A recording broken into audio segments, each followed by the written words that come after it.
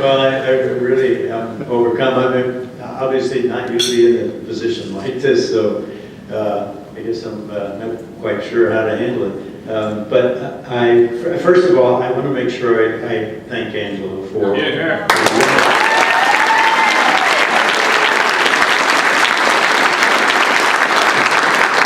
How she kept this quiet for those many months until just about 10 days ago. My family as well, who lied to me very effectively. But the gift is totally unexpected. I mean, I never in my wildest dreams would have thought of that. But it's a beautiful clock, and what it does bring back for me is a memory of my grandfather on my father's side, who had one of those in his home, and I always admired it. He died back in 1947, I think, so this is a long, long time ago. But that instantly brought back that memory of a good man who used to take me fishing when I was a little kid up on the mountain lakes in New Jersey. So thank you very much for that gift.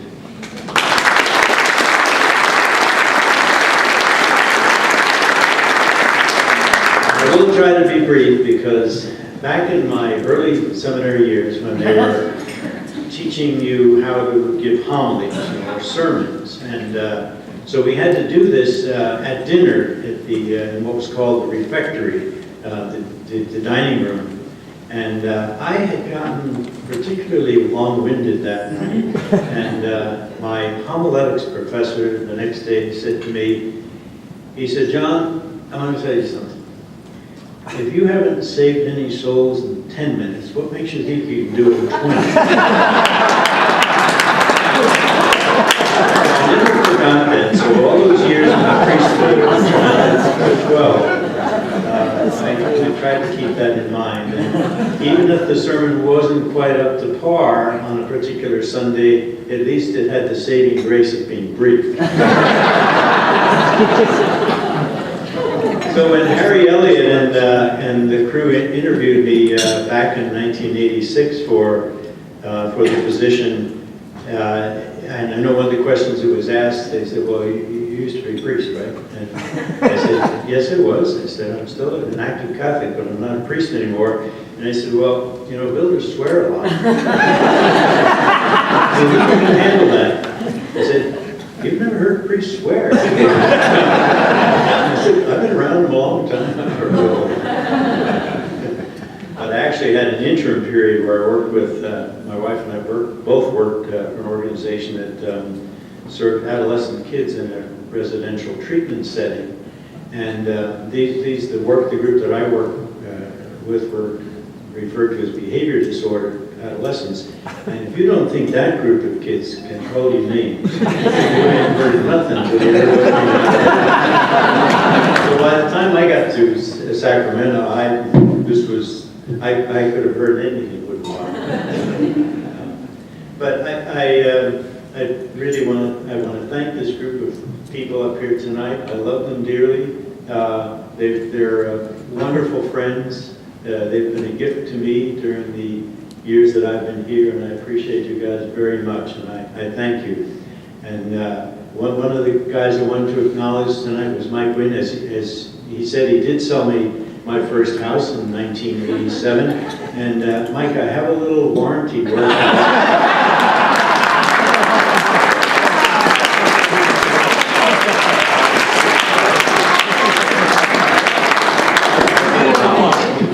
I thought if I said this in front of 150 people. Pass on to the subs. But I've had wonderful memories of these guys through the years, and Bob's story about our Christmas lunch was one that neither of us will ever forget. And I was a little bit sorry that they brought up the landing incident.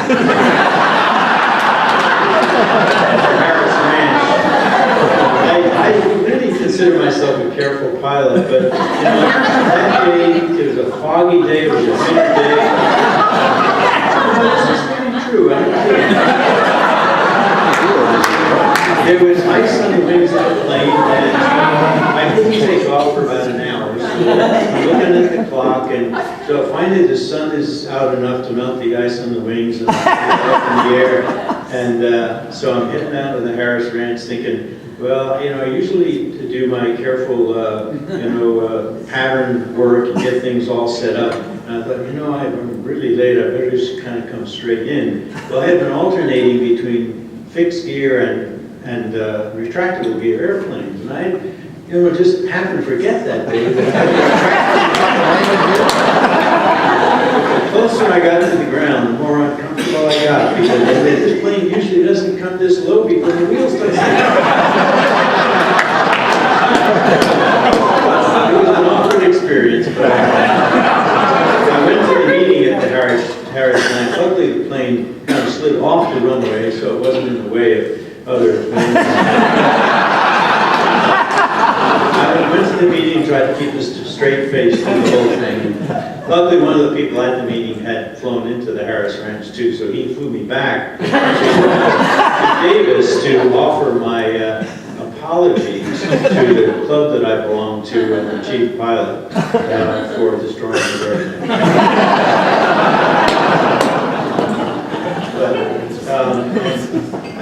But I really am going to be brief now and wrap up because I don't want to keep you guys too late. But it really has been an honor and a privilege to work with you for these past 25 years. And if I could clarify one thing, because a lot of people aren't expecting me to come to work tomorrow. I do come to work tomorrow. I think I have a year and a half left, unless you guys know something I don't know. And I do intend to give it my best shot for the next year and a half, if all works, if God willing, and my bosses as well. These 25 years have been the best years of my life, and I say that very, very honestly and truthfully to you. They have been the best 25 years of my life, and I do want to acknowledge my family, my wife Janine, who's here, and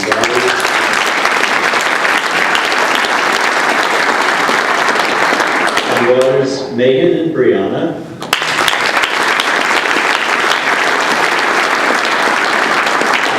Our third daughter is in Houston and has had a baby recently and is very busy with her job and couldn't join us tonight, so she's the only missing piece. But between them all, they've given to my wife and me Johnny, Charlie, Tommy, and Ronan. We're very grateful for that. So I love you guys.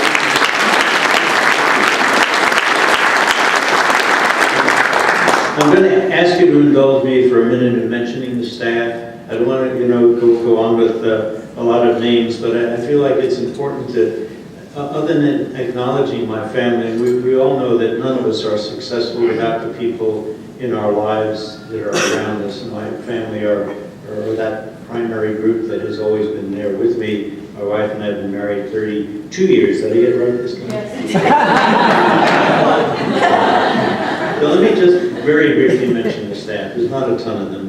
And I'm going to do it in alphabetical order so I don't offend any of them. Jesus Barrios, who is on our workforce development area. He's been with us a year and a half.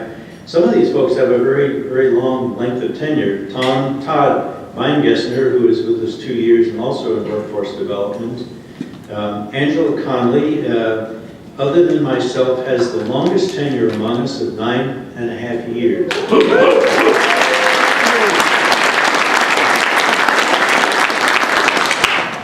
And Angela is, when people say they like the North State BIA, they usually tell me it's because of Angela. I was kind of hoping somebody did that for me too. They say, we really like Angela Conley. John Costa, who's been with us almost 9 years. He's the guy in a fancy white suit somewhere. And Al Eberhard, who is on our workforce development area, he's an instructor, a full-time instructor. He's been with us a year. Linda Hawkins, who's here tonight. 4 years. And Emily Lambert, who is an independent contractor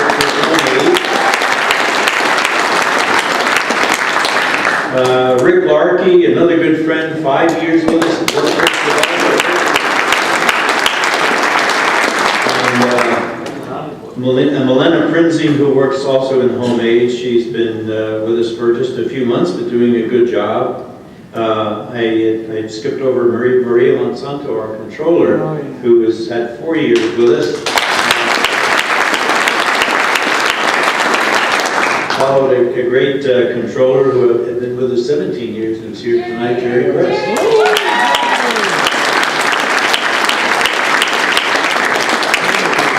Dennis Rogers, who all of you know works, heads up our government affairs department, who did give me a passing grade for mentioning the top 5 government affairs.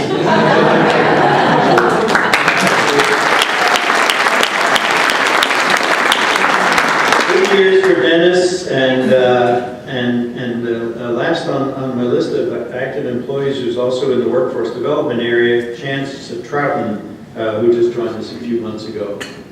So that's our group in the office. We have some former employees here. Artie is one, and Aaron Gale, Bob Shattuck, and Sherry Martinez. and Jerry Gress, of course. Did I miss any other groups? Bob, absolutely. And